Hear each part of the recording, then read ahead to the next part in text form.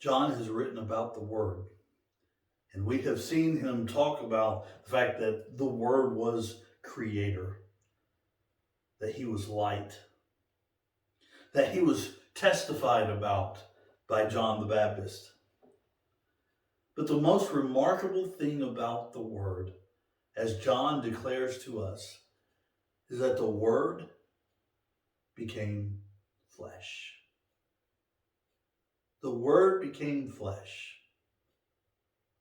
It means he had skin, he had bones, he had tendons, he had blood vessels, he had heart, he had lungs, he had it all. He was 100% human. He had everything that we have, except one thing: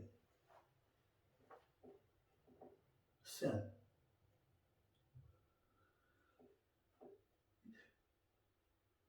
But outside of sin, he was just like us. The Word became flesh, and he dwelt among us. The word really means that he lived among us. He lived with us. He lived like us.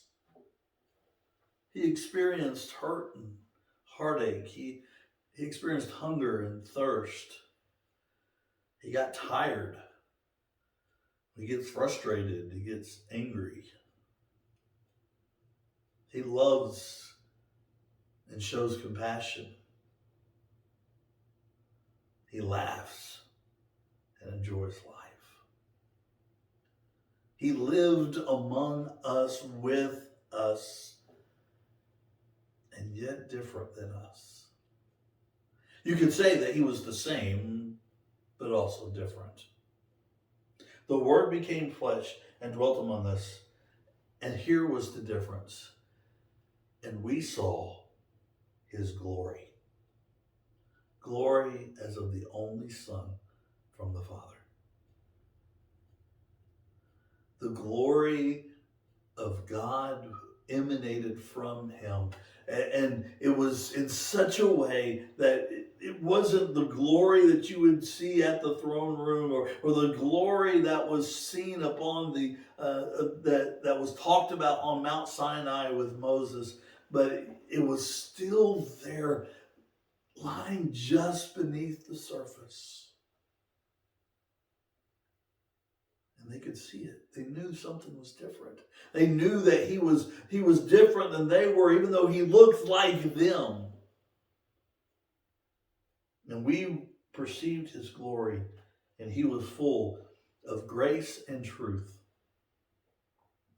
It's so important for us that we understand the fact that when Jesus came, he came from the Father with grace and truth.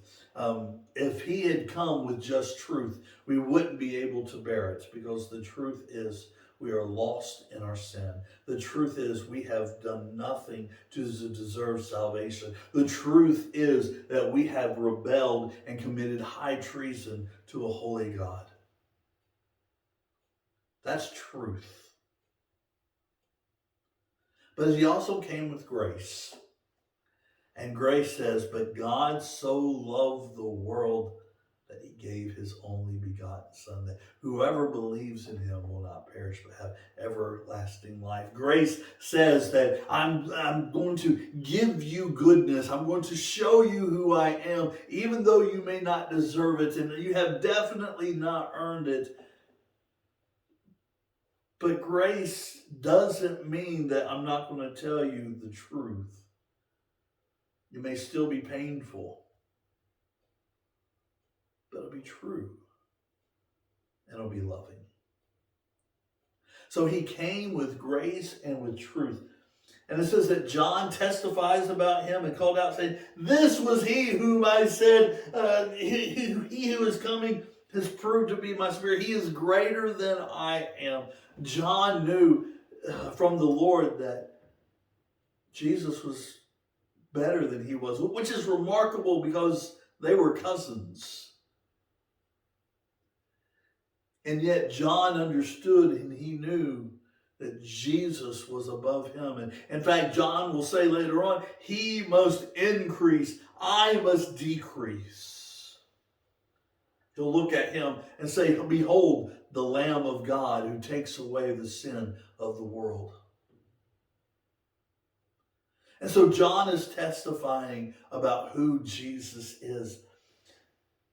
And he says, for he existed before I did. Even though John was born first to Elizabeth before Mary gave birth to Jesus, John understood that Jesus was the Word. And in the beginning was the Word.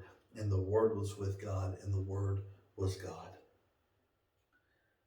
And then it says in verse 16, for all the fullness we have all received, and grace upon grace. I love that old hymn that we used to sing sometimes. Grace, grace, grace greater than all my sin. How much grace does God show? More. How much grace does God show? More. The sad thing is we need it. The sad thing is that because of our sin and because of our wrongdoing, we need His grace. And I cannot wait for the time when all these great things we experience here on the earth are no longer needed. I can't wait till I no longer need His grace. I can't wait till I no longer need His mercy. I can't wait till I no longer need my faith. I can't wait until I no longer need hope. I can't wait until I no longer need to choose joy, because it'll be a natural part of who I am. I know I can't wait for those days. But until that day, we cling on. We cling on to those things so that we can experience Jesus.